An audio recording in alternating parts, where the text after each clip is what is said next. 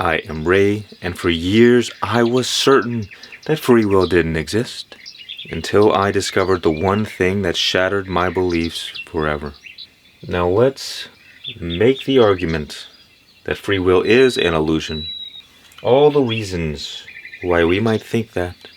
First thing, everything is energy.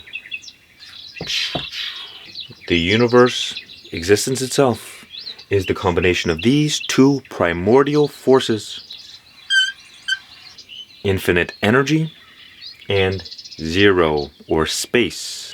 So you have infinite everythingness and infinite nothingness. And because these are equal in value, only opposite in degree, they go into each other one time. So 0 divided by infinity equals 1, the universe.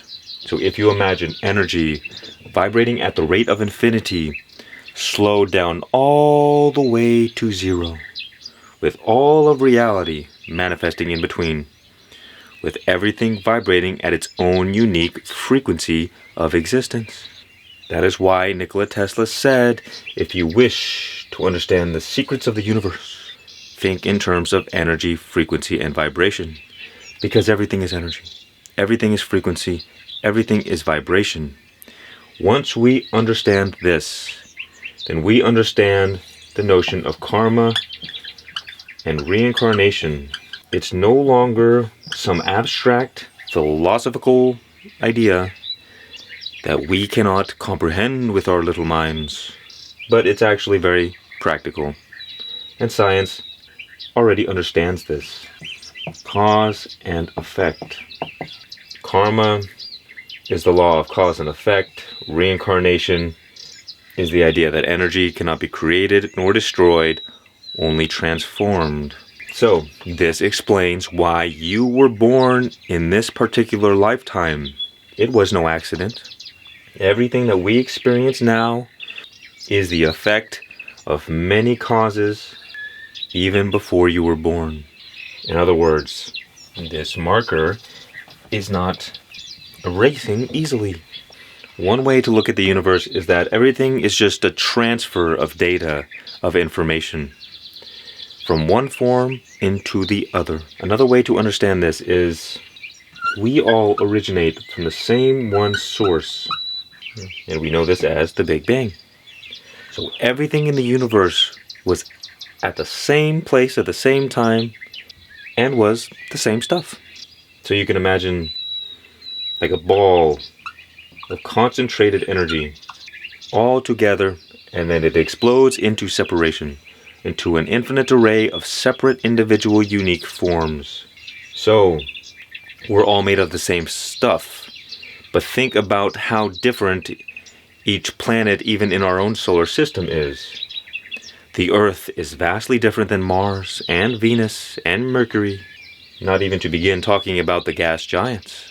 That is what reincarnation is. We began from source, but we incarnated into unique and individual forms. So, well, think about it. You did not consciously choose to be born into this life because it was the result of past lives. Once we understand that everything is energy, it's not that difficult to believe. The water, it dies and turns into ice. The ice, it dies and it returns back to water. The water, it dies and it turns to mist. You see, we exist as the unique form. And the problem that we experience, the reason we suffer so much, is that we get attached to the particular form in which we have incarnated. But you are not the ice, you are not the water, you are not the mist or the steam. You are the same one energy, simply transmuting and changing into an infinite array of different forms. And this is what you will learn when you seek enlightenment. Another great example. Imagine a gold bar, and you melt that gold bar down and you turn it into jewelry. So you have a gold ring. But then you melt the ring down and you turn it into a gold bracelet. This doesn't have to be realistic, okay? You get the idea. You melt the gold bracelet down and you turn it into a gold necklace. You see, we get attached to the unique forms. We say, you see, in this current body, it's as if we are currently the ring, or the bracelet, or the necklace. But was there ever a ring, a bracelet, or a necklace? No. These things are illusions. There was only ever the same one gold, simply changing forms. And we suffer so much because we get attached to the unique and particular form. We get attached to this body. But this body is like clothes that we wear. There is no such thing as death. As the great Bill Hicks said, today a young man on acid realized that all matter was merely energy condensed to a slow vibration. That we are all one consciousness, experiencing itself subjectively. There is no such thing as death. Life is only a dream. We are the imaginations of ourselves. So there is nothing to fear in the universe. You are immortal. You are infinite and eternal. But see where people go wrong. Krishna in the Bhagavad Gita, he said, people suffer because they do not know their true nature. They do not know who they are. We identify with our ego, with our separate individual forms. So we say, I am the gold ring, I am the gold necklace, I am the gold bracelet, I am the ice, I am the water, I am the gas. That is what it means to identify with ego. And simply to awaken to your true nature is realizing, oh wait, there was only ever the gold. There was only ever the same one energy. That is why they say, we are all one, because we are. Everything on the earth is made up of the same stardust. What is a star? It's a big ball of energy. You see, with ego, we are a slave. We're a slave to our conditioning. We're a slave to our trauma. We're a slave to our memory. We're a slave to karma. But once you recognize your true nature, you become free. Now there's a bit of a caveat here, whatever that means. One could say that it is our ego, but more generally our mind, that creates the illusion of separation. Separation is an illusion because we are all one. So we live believing we are a ring, but no, you are the gold. The gold does not die. And this sense of separation also gives us the notion of free will. And so you might see, well, if the ego is an illusion, if separation is an illusion, then free will must also be an illusion. Because at the end of the day, there is no you. Cue the Jim Carrey. I'm doing just fine. There's no meaning to any of this. So, do you believe in icons? I don't believe in personalities. I don't believe that you exist. Yeah, no, I don't believe in icons. I don't believe in personalities. I believe that peace lies beyond personality, beyond invention and disguise, beyond the red S that you wear on your chest that makes bullets bounce off. I believe that it's deeper than that. I believe we're a field of energy dancing for itself. And I don't care. But Jim, you got really dressed up for the occasion. You look good. No, I didn't. Was that an accident? I didn't get dressed up. Who did? There is no me. There's no you. No. We're not here. This is a dream? There's just things happening. And there are clusters of tetrahedrons moving around together. Okay. Yes. So what's happening in our world right now? Because there is a lot of news that actually is relevant that's not that Here's uplifting. the thing. It's not our world. None of this is real? Nope. So you're just passing We don't through. matter. We don't matter. Oh, wow. There's the good news. Okay. We believe we have free will because we perceive ourselves as individuals. So we're stuck in illusion. But what is the problem? We experience ourselves as having free will. We feel like we do have free will. So what's the deal here? Well, first of all, it doesn't matter whether or not free will exists. Because if you can't tell the difference, does it matter? But on top of that, you cannot treat people as if they do not have free will. Because then really bad things happen. And people will get really annoyed if you act as if they don't have free will. And so this is what I struggled with for a long time. I knew there had to be some truth to free will, but I could not simply understand it. It did not make sense to me. This was probably the biggest philosophical thing that I had problems with, because no matter how hard I looked, no matter how hard I tried to find out what the truth was, I simply could not find it. I could not understand how this was true. This marker needs to be better. But one day, I came to the realization that changed everything.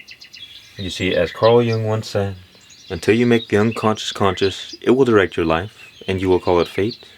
Is everything predetermined? Has everything already been foretold? Is everything just God's divine plan, and we have no say in it? And we're kind of just passengers on this journey of life, and we have to accept whatever is given to us. And you see, maybe I'm crazy, but where we're going now as a human species, with AI and a spiritual awakening on the planet, I see that there are a few types of human beings that will be left. There are the slaves, there will be the free, and there will be the giants. And you could say we are entering into the age of giants, where the gods will walk the earth once again. And the giants come in two forms, the good guys and the bad guys.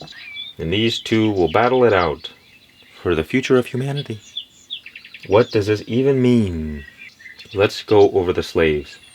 First of all, if you are unable to adapt with AI, you're going to have a hard time, because those who know how to use AI will be light years ahead of everybody else, and there will be nothing anyone can do about it.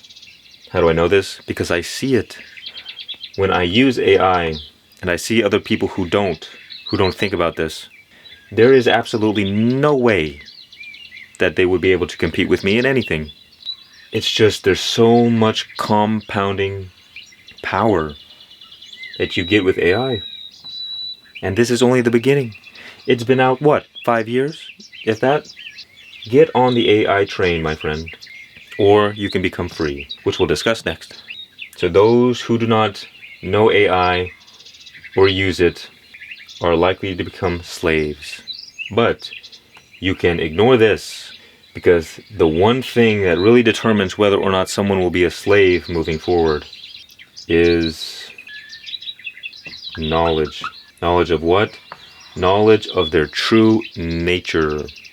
Meaning that anybody who is not awakened to the true nature that we just discussed, that you are not the individual form, that you are not your ego, that you are not this body, that you are not your thoughts or your feelings, but that you are the divine one energy simply manifesting in a temporary form. If you do not recognize that, well then you shall be a slave, because those who do not know their power have no power.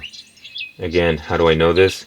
Is because I see knowledge exponentially increases your power to a degree in which nobody can compete. There are certain things that if you know, it gives you unfathomable power over other people. And some people use that power for good, and some use it for evil.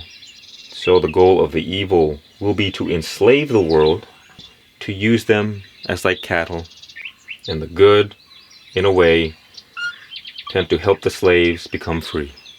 Now, who are the free? If you wish to become free, there's only one thing that matters. That is this.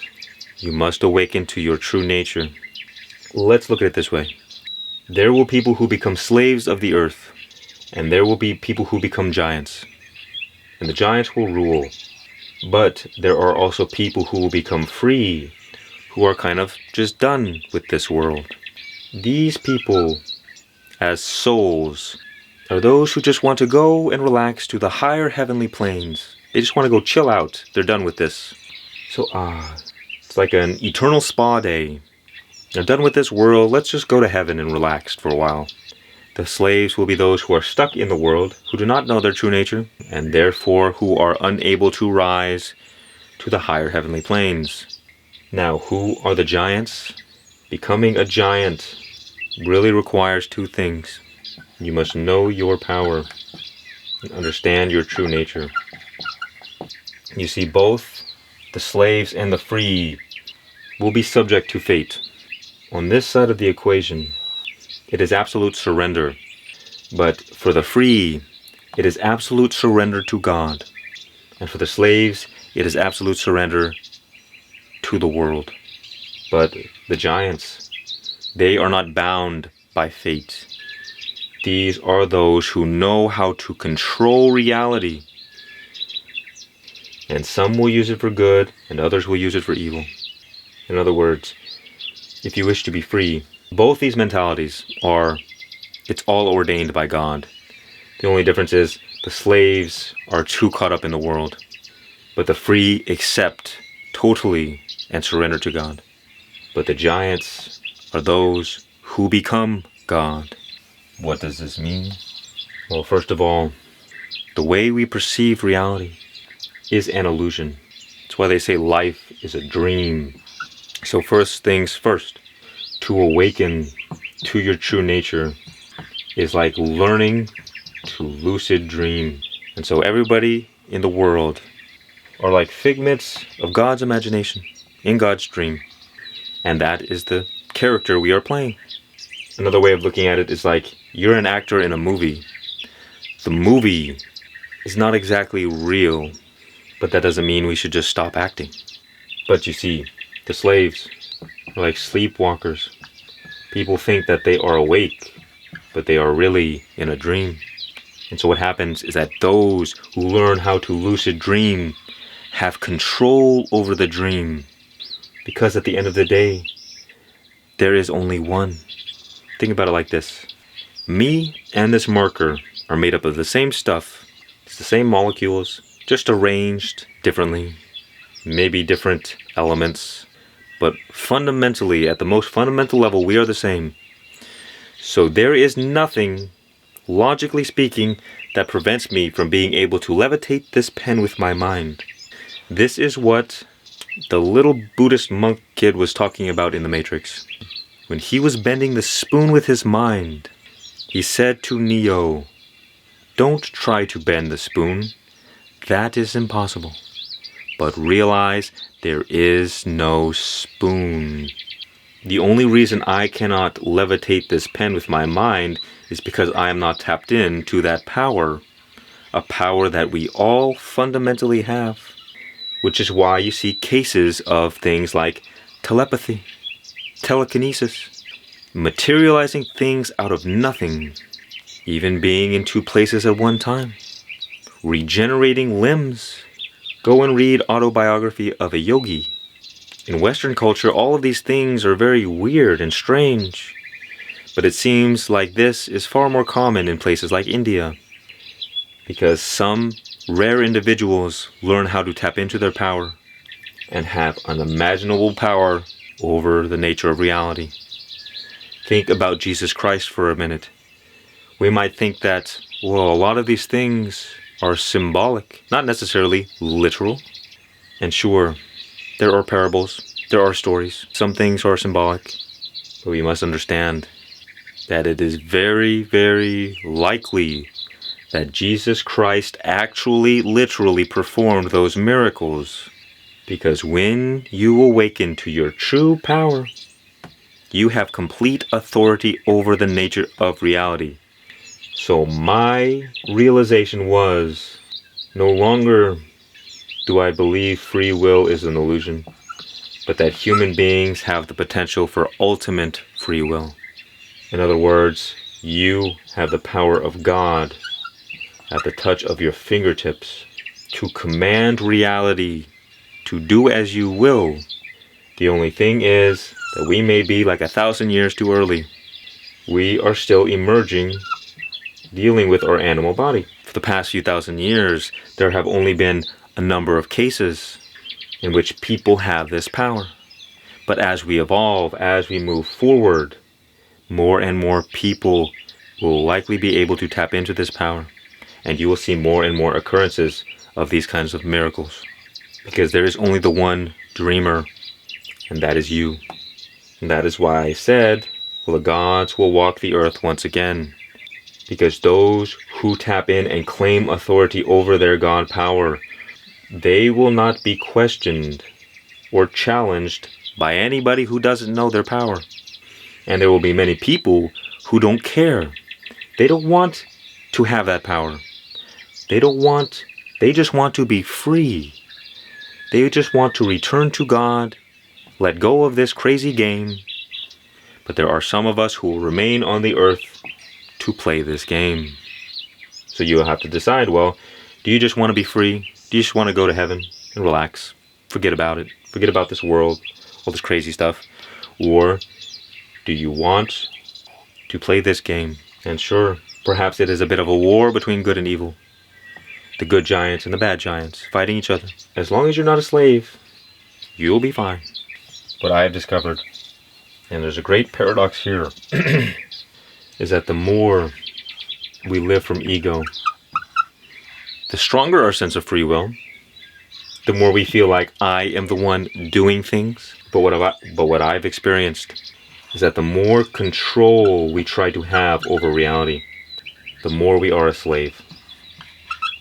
So the more we are attached to ego identity, the less free will we actually have. But the more illusion of free will we have. When one surrenders the ego fully to the God power, there is no longer the illusion of free will. It's called non-doership. Phenomenon you will face on the spiritual path, that you feel that life is unfolding like a movie, that you are a passenger, that everything is just happening exactly the way it's supposed to be. You don't feel like you are in control, like you're doing everything. Life becomes an unfolding. You surrender completely to the will of God. Or you could say you surrender completely to life. And what I have found, the more we surrender, paradoxically, the more free we become. So the more we try to control and bend reality to our will, the less control we will have, and the more slave we will be.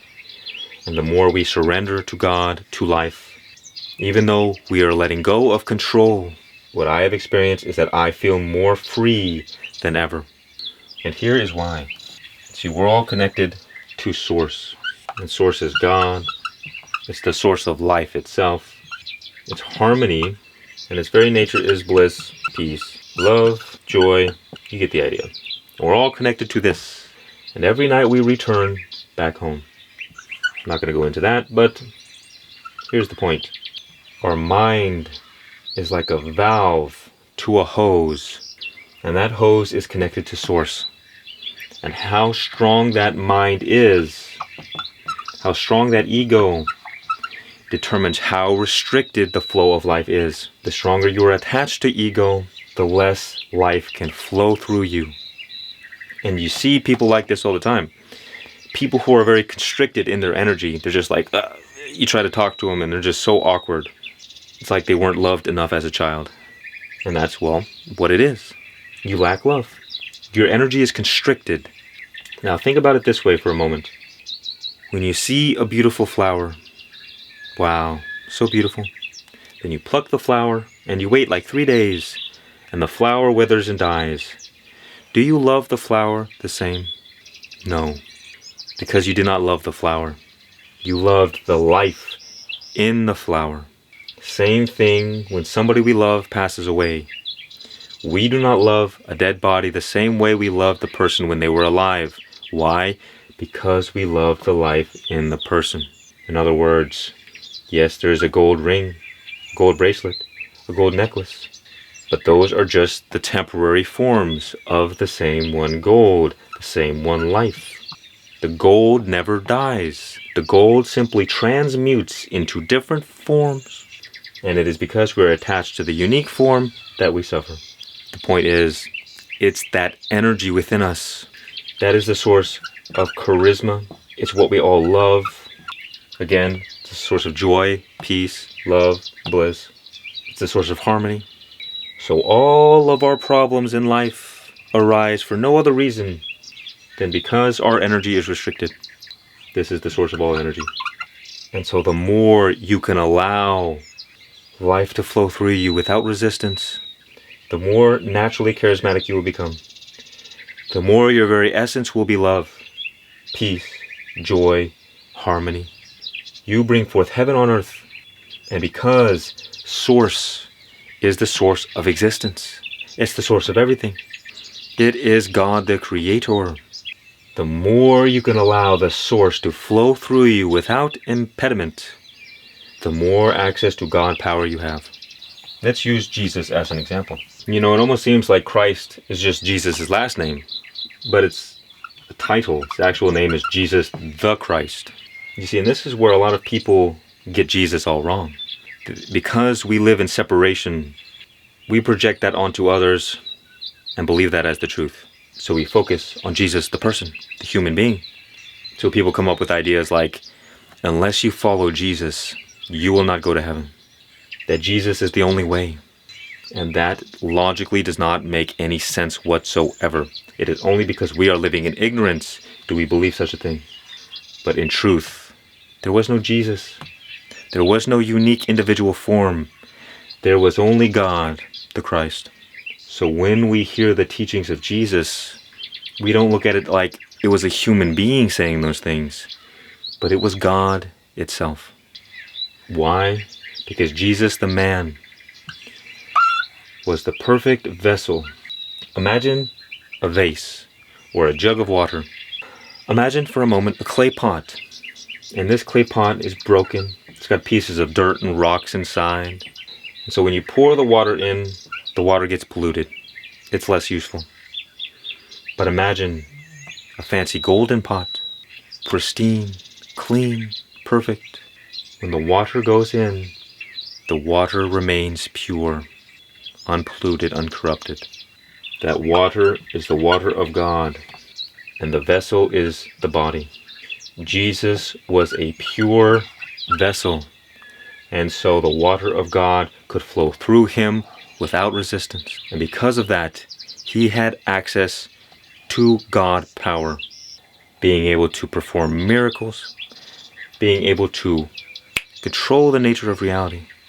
Whereas most people, we have so much conditioning, so much resistance, so much ego, so much negative memory, that the God power cannot easily flow through us.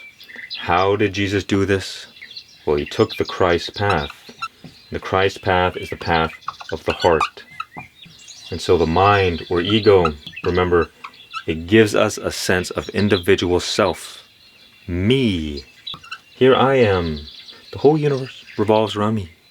But when you take the heart path, you only focus on others. That is why on the cross he said, "Forgive them, Father, they know not what they do." Even in his moment of maximum suffering, he was not focused on himself. He was focused on the suffering of others. And when you are not focused on yourself, the ego cannot feed. So the ego dissolves. And that is a path to enlightenment. Unconditional love for all beings. Unlimited compassion. And through that, you purify yourself. You become empty. And the more empty you become, the more the God power can easily flow through you. Now you see, many spiritual teachers say that powers are a great danger on the spiritual path, because they are. You can easily get seduced by these powers. The powers of healing, the powers of manifestation, the powers of charisma.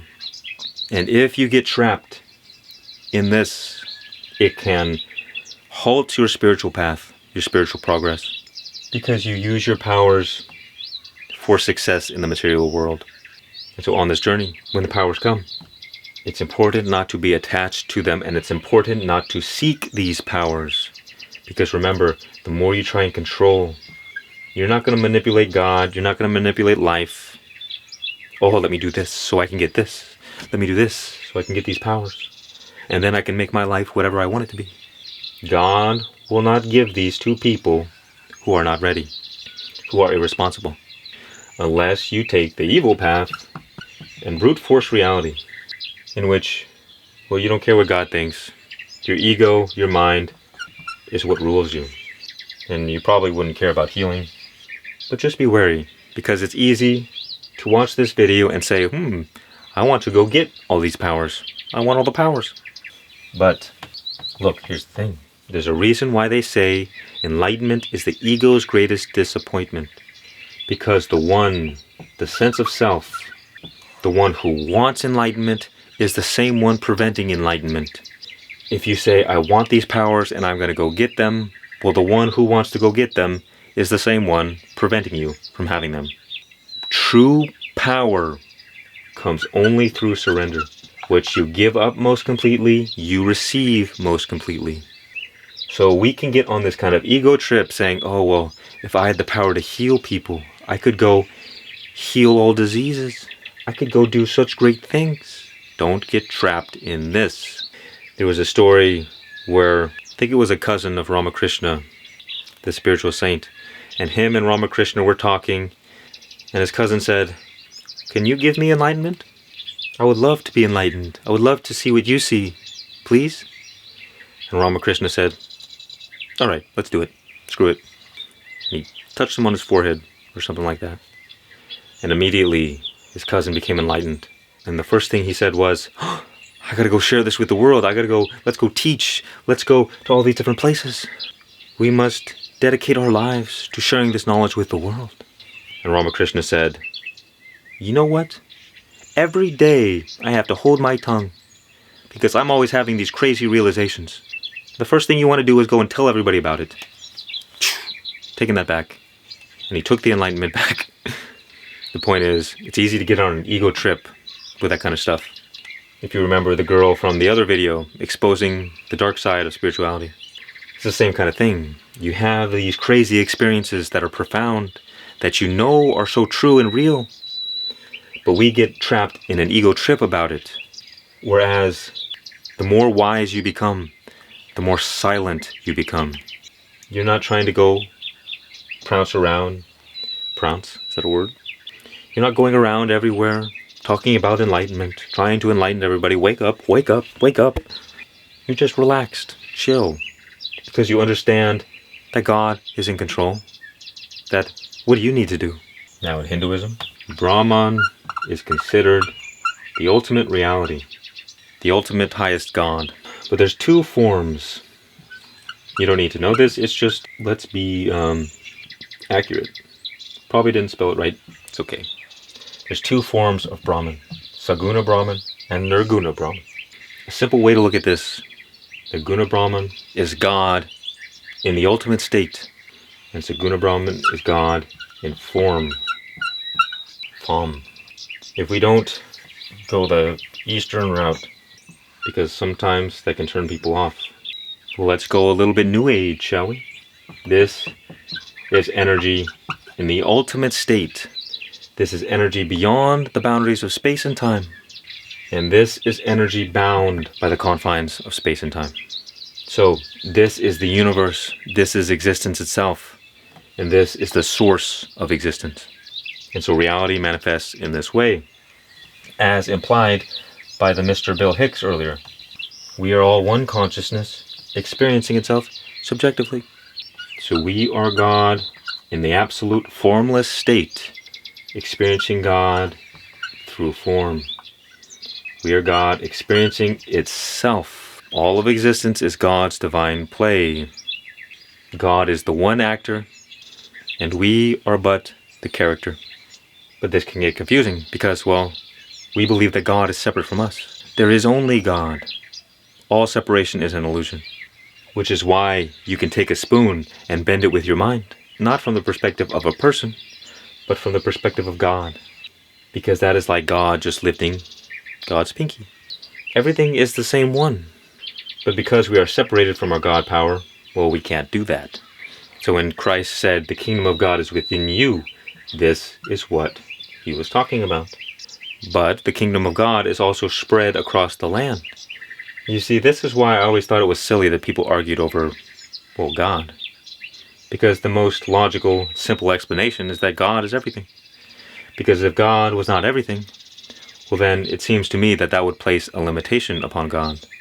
And God, by definition, is not limited. So here is the essence of this teaching See, our mind is a tool that directs the flow of energy. Source is filtered through us and projected out into the world. The essence of creation itself. Imagine for a moment if you were a USB. You know what a USB is? You plug it into the computer and there's information on the USB. The computer is like God's reality simulation. And the source is like the electricity being filtered through the USB into the simulation. All the information on the USB is how reality expresses itself on the computer. In other words, life is being filtered through us. So whatever information we have in our minds and in our body, that is how life expresses itself in the world. Which is why they say the inner reality and the outer reality are one. That the outer reality is a reflection of what is within. And so the reason that life is the way it is because of the way we are. And so as a giant, first of all, you must awaken to your God power, that you can do this, that you do direct the flow of energy with your mind. And because through the mind we have a sense of free will, we have access to unlimited creation. In other words, we have access to God at the touch of our fingertips. So we use our mind to direct this God power in whichever way we see fit. But we have to understand that from our perspective as a mind, we are not actually doing anything. Here's what I mean. Life is the driving force. It is the divine intelligence evolving everything forward. This is our true nature, but we don't experience this as our true nature. So, once you are free from the illusion of your mind, you realize that you are not your ego.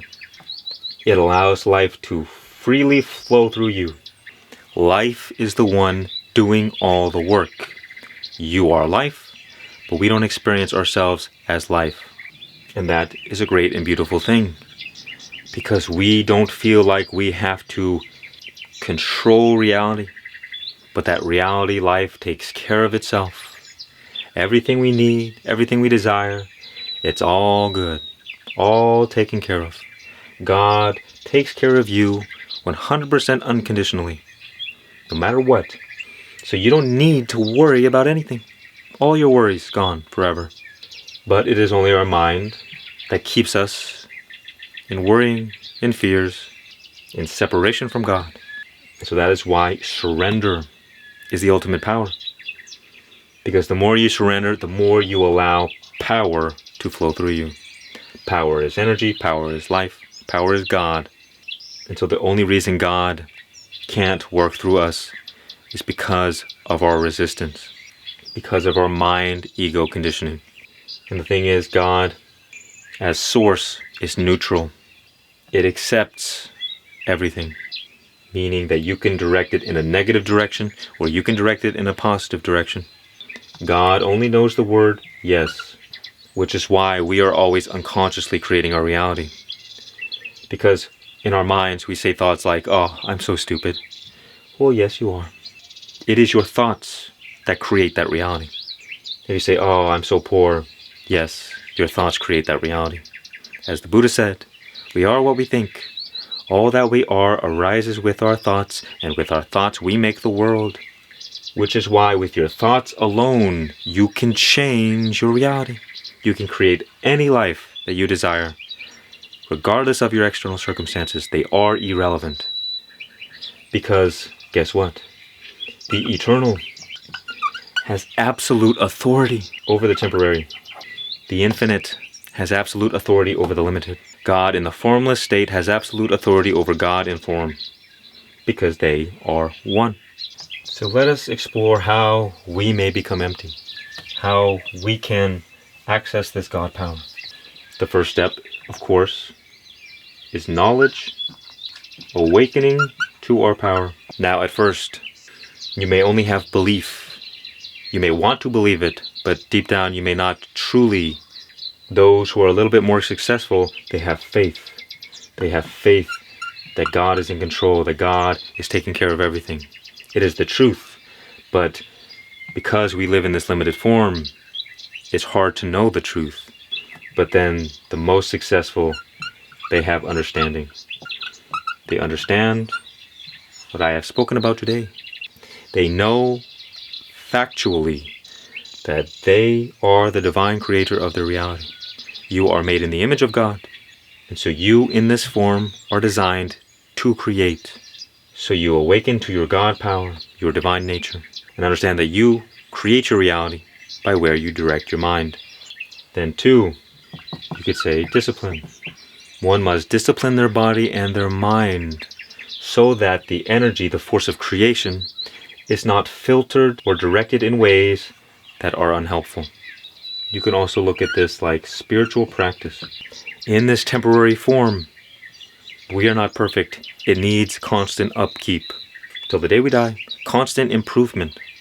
Even though the true nature of what we are, our divine essence, is perfect, the forms we take are not. What does this look like? Well, you optimize the body through exercise, or yoga, stretching, meditation, of course. Now, depending on your spiritual practice, will determine what actions you engage in. And so let us quickly approach the few different paths from the yogic tradition. Jnana Yoga is the path of knowledge. What you're doing here, learning about the true nature of ourselves and coming to self-realization. So some of these practices include reading scriptures, holy books, studying, listening to teachers, spiritual talks, things like that. I also include meditation, or you could also say self-inquiry. What else is there? Here's the basics. Bhakti is a path of devotion. This is, for instance, Christianity. You devote yourself wholeheartedly to a guru, to a divine entity, and this is your spiritual practice. This is kind of like the fun spiritual practice, where you do dances and singing, worship, so you see in like churches and stuff like that. Karma Yoga is the Christ path, selfless service. Think about Mother Teresa.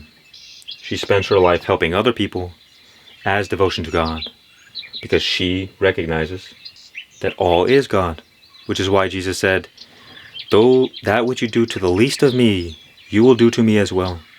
Because how you treat the lowest of the low, because when you treat the lowest of the low poorly, you're treating God poorly. When you judge others, you're judging God. It is only because of our ego identity, because we take things personally, that we believe there are other individuals doing things. Most people do not have free will, because free will is a result of awareness, because awareness is the nature of God. So the closer you get to God, the more freedom you have, the more power you have. Freedom and power, will. And so those who are unconscious have no free will. They're more like animals. What are animals? They're unconscious. They only operate from their nature, from their instincts. Fundamental drives. So it's just automatic programming. And that's what they call people NPCs, non-player characters. Because they're just automatic programming, like robots, and they don't really have any thoughts for themselves. Karma Yoga is the path where you dedicate your life to serving others and expecting nothing in return. The Christ path. And Raja Yoga is the path of, you could say, discipline. It's called the royal path. It's also about meditation. But this is like, imagine the Buddhist monks who are like training martial arts and stuff like that. You're waking up early. You're doing hard stuff. Taking cold showers. This is like the American way to enlightenment. Pure discipline. Making yourself sharp. Now, we will all fall naturally, depending on our personality, to one of these 4 paths. For instance, me, I naturally lean toward Jnana Yoga. But the thing is, you want to play with all of these paths, because they're all kind of intertwined in our life. So I could say my number 1 is Jnana Yoga. I would say number 2 is probably Raja Yoga. Probably number 3 is Bhakti. Number 4 is Karma. It's kind of hard to rank these things, but you get the idea. These are all individually paths to God. But you want to incorporate multiple paths And these are all paths to God because they cause your mind to be one-pointed toward God. Through Jnana Yoga, through the path of knowledge, you learn about God. You learn the spiritual teachings. You study. So intellectually, you understand God. You understand God from a mental perspective. Bhakti, devotion. Through worship, you focus on God and give God your love. So you understand God from an emotional perspective, from feelings, giving love, dancing, and having a great time. Singing, karma yoga. You serve and worship God through helping other people. Every time you help another person, you don't see the person, you see God. You know God through, you could say, a sense of duty. And then Raja Yoga, you know God through breaking down the body and the mind. Meditation is not for self-improvement, it's for self-destruction. Why? Because through meditation, you come to the first-hand experience that you are not your ego. The reason that all of these paths work is because they cause you to focus on God and take your attention away from yourself. Because remember, the ego mind is like a resistance valve that opens up or lessens the flow of God. And the ego is our sense of self-identity, which is why they say, the more of you, the less of God, and the less of you, the more of God. These are the paths to creating yourself to become the perfect vessel for God. And truthfully, it begins with simply asking, because all you need is already within you, because all that is already within you. So ask God for guidance, ask God for help, because God is truthfully the source of all that we desire. We just get distracted by the world and things. And see, the more we give our attention, our energy to God, the more we become one with God, which gives you access to your God power. Not that you even care or need it anymore, but that is the eventual result. And the more you give your attention to God, the more peace, love, joy, abundance you will experience. And the thing is, well, now you have two options. To what degree do you want to continue living in the world? Because you can become free if you go all in toward God. And you say, I don't want anything of this world. I'm good. Which will happen for many people. Because as you grow closer to God, you become eternally satisfied, eternally content, free. You have everything you need. Even if you have nothing of the world, you are completely fine. You're all good. And so you can surrender fully and rise back up to heaven and enjoy. But you also have the choice to return to the world and create any life that you desire, because now you have access to infinite creation. And this is kind of the path that I teach, because enlightenment is freedom, and you can choose to just not do anything else, and you're good, you're happy, you're saved. But you can become awakened and return to the world and use what you know to bring forth heaven on earth. If you notice, the three foundations of this channel: enlightenment, freedom, realizing your God nature, reality creation, using your God power to create your reality, to create your dream life, whatever life that you desire, and then self-improvement, to master your body, to master your mind, so that you can be most efficient at creating your reality. And this is why you could say my slogan: master you, master the universe. Well, because you and the universe are one. And each one of these steps come together to be self-mastery. And so this is the path that I'm on. You can join me if you'd like. Which is, I guess, why you're here still. And you see, the one aspect in which the good giants have over the bad giants, they are missing this element. Because through enlightenment, naturally, you allow the light to flow through you most freely. And evil is that which is shrouded in darkness. So what is evil? Evil is a strong attachment to the mind. Extreme separation. So the evil, they will know that they have their God power, but they will use their God power for their own selfish gains. and they can master themselves, making them a worthy opponent. But they will always be at odds. At the end of the day, light wins over dark. Because if you put darkness and light in the same place at the same time, who wins? What power does the darkness have in the presence of the light? You see, our ego, which is conditioning, is like a dark cloud that blocks out the light of the sun. The sun is like God. The sun is our true nature. So we do not see God because of our conditioning. That's, for instance, why most atheists, they all fall under the same archetype. What is that? The rational, intellectual types. Meaning they have a strong identity with their mind. They're thinking types. And remember, the stronger the mind, the more restricted the flow. So they literally cannot see God because of their biological makeup. They naturally tend toward atheism because they're a thinking type. Which is why they don't see evidence of God, which is why they don't believe in God. And the reason that nobody can argue with them is because nobody can provide a logical, rational explanation of God. I digress. And so, if we want to go toward God, we must let go of our conditioning. The problem is, so long as we are identified with the ego, our conditioning continues to feed. Because energy is life. Whatever we are continuously giving our attention to feeds off this life and grows more powerful. So for instance, let's say you have an identity around, let's say religion. And so what will happen is that anyone who comes along with a different religion than yours, you will kind of try and fight them. Depending on how strong your ego is, the stronger your ego, the more you're going to say, oh, you're wrong and I am right. And you'll have all your justifications. It doesn't matter.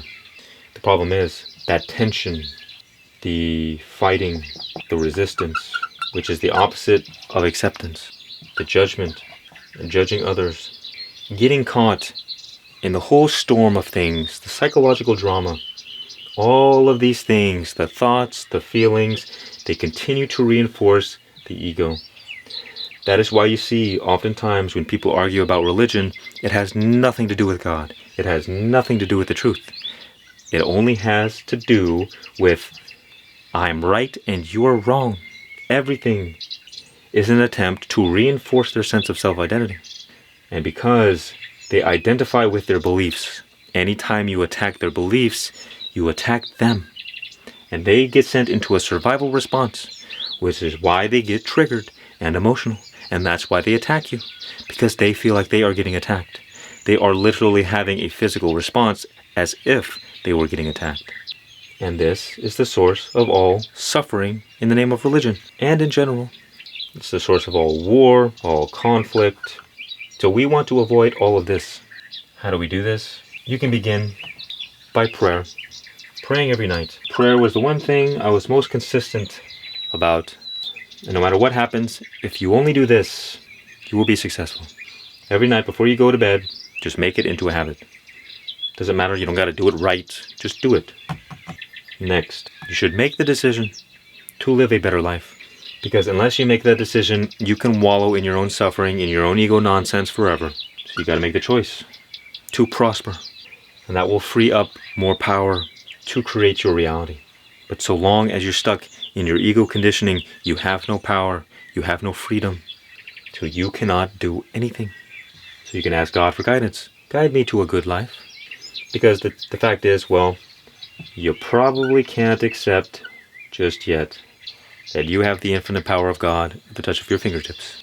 Even I understand my true nature, my true power, but I still pray to God. Because as the mind, we still experience separation to a degree. So the next thing is, well, knowledge. Or you could just say spiritual practice.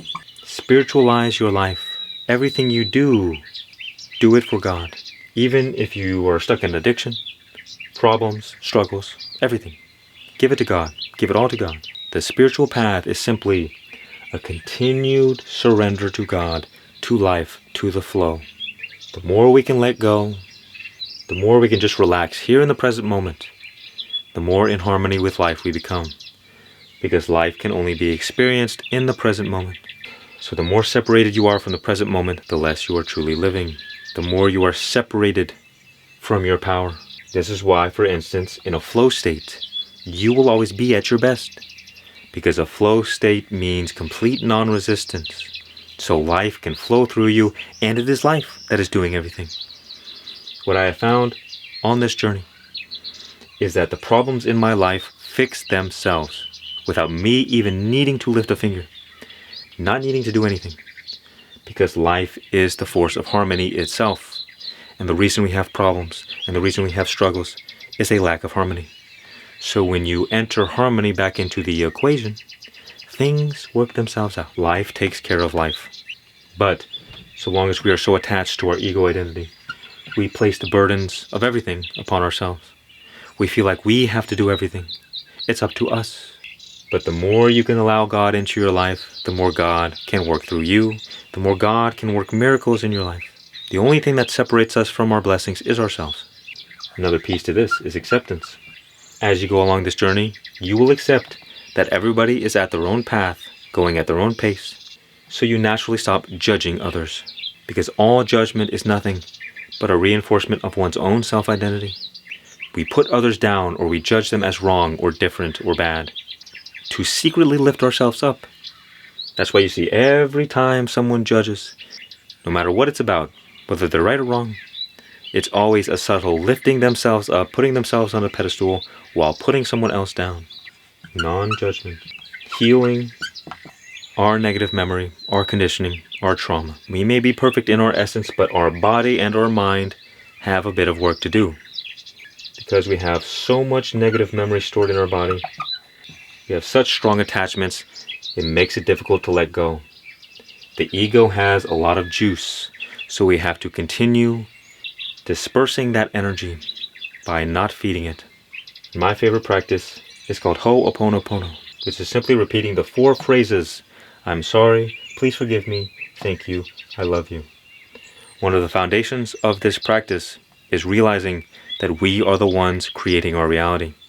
So every time we experience a problem in the world, we say, what is it in me that created this? And you don't even need to get so deep about it. You simply repeat these 4 affirmations to restore harmony into your life by healing the imperfections, the disharmony in yourself. But what do most people do? They experience a problem in the world, and because they're so attached to ego, they ruminate on all kinds of negativity. Oh, I hate this person. This person, they need to get destroyed. Or, I'm struggling so much right now. I hate my life. All this psychological drama continues to feed the ego. But with this practice, you become one-pointed. I'm sorry. Please forgive me. Thank you. I love you. I'm sorry. The mind can only focus on one thing at a time. So when you fill your mind with these positive thoughts, with these healing thoughts, negativity can't fester. This too is a pathway to God, a Hawaiian pathway. And this too keeps you one-pointedly focused toward God. It's a pathway to enlightenment because it heals your ego conditioning. It's designed to cleanse the negative memory from you and from your life. And so the ego is starved of energy. And so it dissipates naturally because nothing can survive without the energy that you feed it. So we must embark on a healing journey if we wish to have freedom in our lives. And Ho'oponopono is one of the best practices to do that. There are other practices, trauma healing, catharsis, even exercise. The point is, we have to face our demons and no longer run away from them. No longer fight them, no longer resist them, but face them. Because no darkness can survive the light of our awareness. So whenever you feel a strong negative emotion, sit with yourself. Place your awareness on your body. How does that emotion feel? Whenever you get caught in a storm of thoughts, observe your thoughts. Look at them. Don't fight them. Don't struggle with them. Just look. And that in itself is healing. 6, you could say self-improvement stuff. Take care of your body. Take care of your mind. Do some exercise, for God's sake. Go on a walk. Don't eat bad food. Because every negative thing that you do lowers your frequency. And the highest frequency is God. So in essence, the whole process is about raising your frequency higher and higher and higher and higher by removing the things that are keeping you stuck. You know the general self-improvement stuff. And here is the wonderful thing. We are like little balloons. What does a balloon do? It rises naturally. So we are already naturally striving toward heaven. There is a drive in us that is causing us to seek heaven. The suffering of separation creates the desire to return to unity. So the thing is, we're already always naturally rising to higher frequencies, to higher states of vibration. It's natural. It's automatic. You don't have to do anything. Your dream life, your heavenly life, is already trying to make its way towards you, in a way. But our ego conditioning is like mud and dirt on the balloon. So instead of rising naturally, we fall naturally. This is why evil people, they are most in separation. They are most restricted. You could say evil is the absence of God in man's heart. The more conditioning we have, the lower we fall. And then what happens? Well, hell is not a place of punishment. It's a rehabilitation center. As we fall, the fire of hell burns off that conditioning, the suffering we experience, and then we rise back up again. But we have to make our way through the earthly realm. So we have to decide. Well, we're going to get some more conditioning as we pass through here. How much conditioning you experience, that's up to you, depending on your desire for freedom. So the only thing we have to do to rise to these heavenly states of being is remove the things that are keeping us stuck. That is, our conditioning. Ramakrishna once said, the number one thing that is required for enlightenment, for freedom, is a strong desire for God. Ramakrishna said, we are like metal nails, and God is like the magnet. But we're covered with mud and dirt, so we're not attracted to God. So we're focused in the world. But once we start removing the dirt, the mud, we automatically, naturally become magnetized to God once again. And so we are like in the middle of these two great gravitational forces. There's the world that is pulling us outward, and there's God that is pulling us within. And so you have to decide, which way do you really want to go? Because the more you turn toward God, the easier it becomes. But if you try to stay in this kind of half place where I want to satisfy all my worldly desires, so let me put God on the back burner, you're just kind of going to suffer. And you'll suffer until you realize, oh, wait a minute, okay, what I'm doing isn't working. So you return to God, you surrender, and then you receive everything.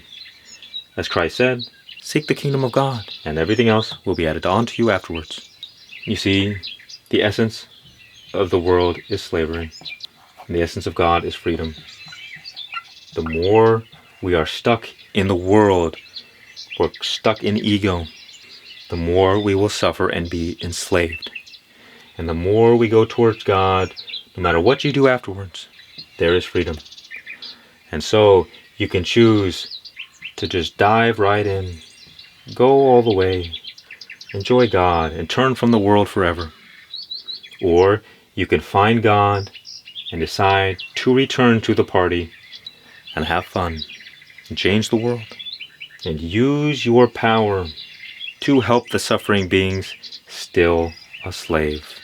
And what greater purpose is there than this?